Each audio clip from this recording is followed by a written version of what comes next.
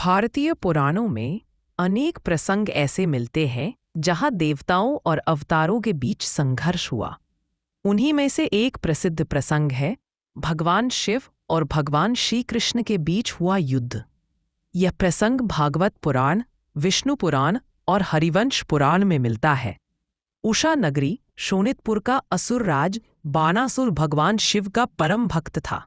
उसने कठोर तपस्या कर शिवजी को प्रसन्न किया और उनसे आशीर्वाद पाया। शिवजी ने उसे सहस्रभुज, 1000 भुजाओं वाला वरदान दिया और वचन दिया कि वे सदा उसके रक्षक रहेंगे। बाणासुर अहंकारी था, लेकिन शिव भक्त होने के कारण उसे कोई नहीं रोकता था। बाणासुर की पुत्री का नाम उषा था।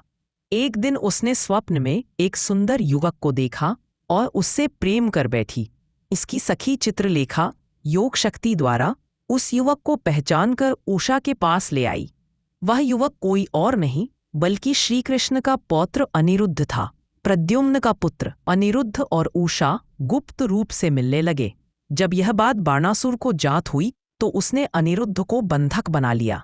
जब द्वारका में यह समाचार पहुंचा तो श्री कृष्ण, बलराम और यदुवंशी सेना लेकर बाणासुर की नगरी पर चढ़ाए।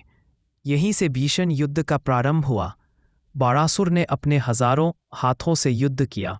उसके साथ भगवान शिव, कार्तिकेय, गणेश और समस्त गण भी युद्ध में उतरे, क्योंकि शिव ने बाणासुर को सुरक्षा का वचन दिया था।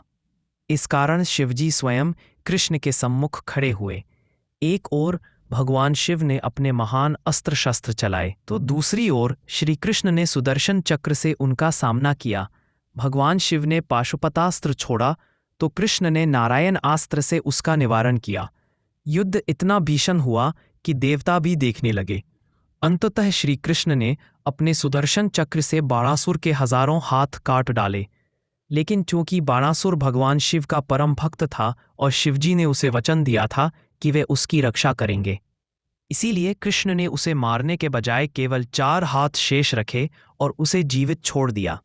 भगवान शिव ने भी श्री कृष्ण की महानता को स्वीकार किया और युद्ध को समाप्त किया। अनिरुद्ध और उषा का विवाह विधिपूर्वक संपन्न हुआ।